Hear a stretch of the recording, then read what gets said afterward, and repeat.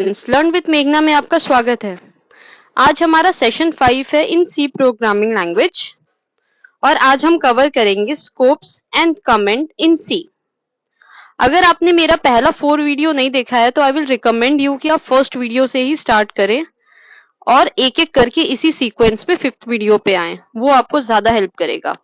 हमने अपने कंप्लीट सी लैंग्वेज को 35 टॉपिक्स में डिवाइड कर दिया है, including problem solving topic and theoretical topic, और मैं एक वीडियो हर वेडनेसडे और संडे को पोस्ट करती हूँ।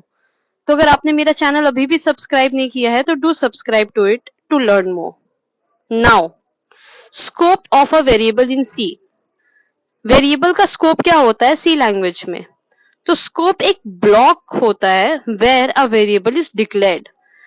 एक वेरिएबल हमेशा एक ब्लॉक के अंदर डिक्लेयर्ड होता है, block of a function, block of a code, और उसी के अंदर उसकी एक्सेसिबिलिटी होती है, उसी के अंदर हम उसको एक्सेस कर सकते हैं। आउटसाइड ऑफ दैट ब्लॉक हम उसको एक्सेस नहीं कर सकते, और वो होता है उस वेरिएबल का स्कोप। सपोज हमने लिखा है इंट मेन, और इसके अंदर इस ब्लॉक के अंदर हमने डिफाइन किया है इंट a इक्वल टू 5, और हम यहाँ पे इसी के अंदर इसको प्रिंट करेंगे printf %d as it is a integer a, और इस ब्लॉक को बंद करेंगे और फिर बाहर में भी दोबारा से हम इसको प्रिंट करेंगे %d a। तो यहां तो इस ब्लॉक के अंदर a is defined, a defined है, तो यहां पे a प्रिंट हो जाएगी 5। बट यहां पे जब कंपाइलर a को कंपाइल करने जाएगा तो वो उसको a मिलेगा ही नहीं, क्योंकि a is local to this block. a इस ब्लॉक के अंदर डिफाइंड है, a इस ब्लॉक के बाहर a की एक्सेसिबिलिटी नहीं है, तो इस लाइन पे एक एरर थ्रो हो जाएगा। So this is a scope of that variable of scope of a। Now, अब हमें अगर कोई ऐसा वेरिएबल चाहिए जो मैं चाहती हूं कि पूरे प्रोग्राम में वो काम करे, पूरे प्रोग्राम में मैं उसको एक्सेस कर पाऊं, तो हम उसको कैसे डिक्लेयर करेंगे? वैसा वेरिएबल जो कहीं भी एक्सेस हो जाए पूरे कोड में, उसको हम कहते हैं ग्लोबल वेरिएबल। और जब हम अपना हेडर डिफाइन करते हैं लाइक हैश इंक्लूड stdio.h, उसके बाद ही हम अपना ग्लोबल वेरिएबल डिफाइन कर देते हैं, और इस वेरिएबल को आप कहीं पे भी यूज कर सकते हो। सपोज हमने इसके बाद अपना मेन फंक्शन स्टार्ट किया, तो अगर आप चाहो तो इसके अंदर इस a को प्रिंट कर सकते हो और ये प्रिंट हो जाएगा इस ब्लॉक के अंदर भी और इस ब्लॉक के बाहर भी, क्योंकि ये इस ब्लॉक के अंदर डिफाइन नहीं हुआ है, ये ग्लोबली डिफाइंड हुआ है, तो ये इस ग्लोबली हर जगह एक्सेसिबल है। इस टाइप के वेरिएबल को हम कहते हैं लोकल वेरिएबल। और जैसे हमारा ये वेरिएबल है इंट var इक्वल टू 34, ये इंट मेन फंक्शन के अंदर डिफाइन हुआ है, इस ब्लॉक के अंदर। तो अगर इस ब्लॉक के अंदर इसको हम प्रिंट करते हैं तो ये प्रिंट हो जाएगा 34, बट अगर इसको इस ब्लॉक के बाहर हम प्रिंट करने का ट्राई करते हैं तो वो प्रिंट नहीं होगा, वो एरर थ्रो करेगा। सो ऐसे वेरिएबल को हम बोलते हैं local variable. This variable is local to our main function and this variable is a global variable, this is global to our complete function. ठीक है। नाउ, आपको एक क्वेश्चन आ सकता है कि व्हाट इफ हम एक ऐसा वेरिएबल बनाएं, सपोज हम एक कोड लिखें which is hash include stdio.h और एक ग्लोबल वेरिएबल लिखें इंट a इक्वल टू 5, फिर एक फंक्शन स्टार्ट करें इंट मेन, उसके अंदर दोबारा एक वेरिएबल बनाएं जो कि सेम नाम का बनाए इंट a इक्वल टू, और उसका वैल्यू भी 2 दे दे, और हम प्रिंट करें a, और इस ब्लॉक को बंद करके वापस से हम प्रिंट करें प्रिंट f %d, क्योंकि ये इंटीजर वेरिएबल है a। अब क्या होगा अगर हमने ग्लोबली भी सेम नाम का वेरिएबल बनाया है और लोकली भी सेम नाम का वेरिएबल बनाया है, तो जैसे ही ये अंदर आएगा और यहाँ इसको printf मिलेगा और ये प्रिंट क्या कर रहा है a which is a local variable, तो ये एक्सेस करेगा इस a को। विजिबिलिटी हमेशा आउटर फंक्शन की खत्म हो जाती है जब उसको एक इनर फंक्शन मिलता है, इनर वेरिएबल मिलता है सेम नाम का, तो इसकी विजिबिलिटी यहाँ पे इस ब्लॉक के अंदर जैसे उसको ये वाला वेरिएबल मिला सेम नाम का, इसकी विजिबिलिटी खत्म हो गई। अब अगर हम ए को प्रिंट करेंगे तो ये ए 2 प्रिंट करेगा यहाँ पे। लेकिन जैसे ये ब्लॉक खत्म हो जाता है, ये ब्लॉक क्लोज हो जाता है, तो हमारी ये लोकल वेरिएबल की विजिबिलिटी खत्म हो गई। अब इसको हम एक्सेस नहीं कर सकते इस ब्लॉक के बाद। तो यहाँ पे अगर हम ए को एक्सेस करें तो यहाँ पे ये एक्सेस करेगा हमारा ग्लोबल वेरिएबल को और ये प्रिंट करेगा यहाँ पे 5।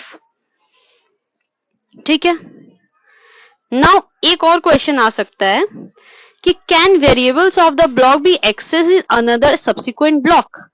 अगर हम एक ब्लॉक ऑफ कोड लिखें, कोई भी एक फंक्शन, समझो इंट मेन, और यहाँ पे एक वेरिएबल बना दे इंट ए इक्वल टू 2, और एक दूसरा फंक्शन लिखे इंट टेस्ट, और इसके अंदर हम इस ए को प्रिंट करने का ट्राई करें, तो क्या ये हम प्रिंट कर पाएंगे? नहीं, क्योंकि इस वेरिएबल की विजिबिलिटी इस सिर्फ ब्लॉक तक है। इसीलिए इसके साथ ही अगर हम दूसरा ब्लॉक लिखते हैं तो भी इसको एक्सेस नहीं कर सकते। अगर इसके अंदर ही अगर हम चाहें इसको एक्सेस करने का तो इसके अंदर ही एक्सेसिबल है, इसके बाहर, इस क्लोजिंग ब्रैकेट के बाहर ये कहीं पे भी एक्सेसिबल नहीं है। अब हमारा दूसरा topic comments in C. What are comment? Comment होता है ह्यूमन रीडेबल एक्सप्लेनेशन।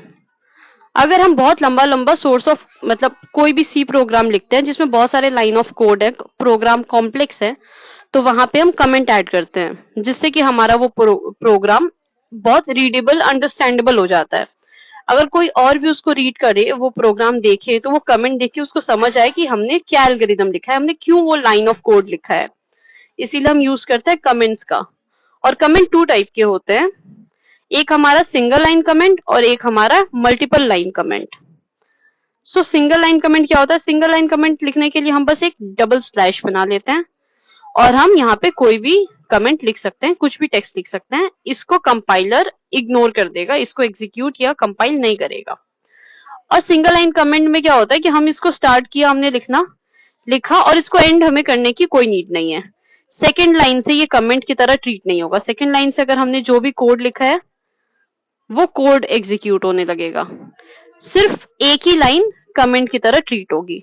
अब हमें अगर सिंगल लाइन कमेंट का यूज करके बहुत सारा लाइन ऑफ कमेंट लिखना है तो हम क्या करेंगे? हम हर लाइन पे ऐसे डबल स्लैश देंगे और यहाँ पे comment 1, double slash comment 2, triple slash comment 3, ऐसे हम मल्टीपल लाइन लिख सकते हैं कमेंट का। उसके बाद हम अपना कोड लिखना स्टार्ट कर सकते हैं।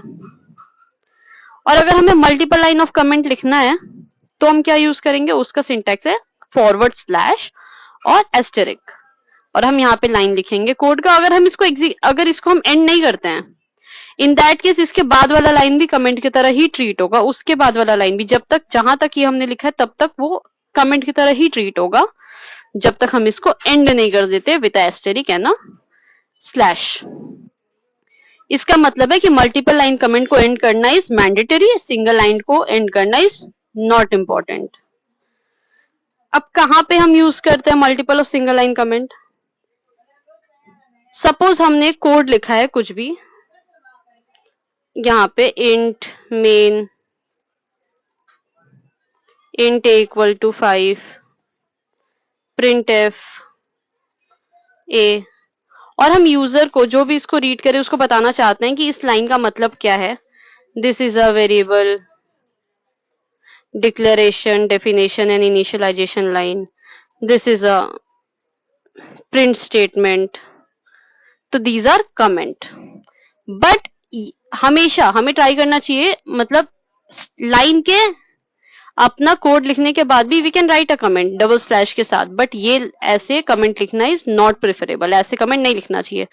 कमेंट हमेशा एक लाइन में लिखना चाहिए। पहले सपोज हमें यहाँ पे कमेंट लिखना है, हमें यूजर को बताना है कि हमने वेरिएबल को डिफाइन, डिक्लेयर और इनिशियलाइज किया, तो हमें हमेशा इंट मेन, उसके बाद हमें यहाँ पे अपना कमेंट लिखना चाहिए और उसके बाद हमें वो line of code next line में लिखना चाहिए, ताकि यूजर पहले वो कमेंट पढ़े उसके बाद उस कोड को देखे। ये हमेशा सही अप्रोच होता है टू राइट अ कमेंट। अब कमेंट के एडवांटेजेस क्या होते हैं? जैसे मैंने पहले भी स्पेसिफाई किया कि अगर मेरा कोड बहुत ज्यादा कॉम्प्लेक्स है, कॉम्प्लिकेटेड है, उस केस में हम कमेंट्स लिख के यूजर को वो कोड समझा सकते हैं, इजीली ह्यूमन अंडरस्टैंडेबल बना सकते हैं कोड को।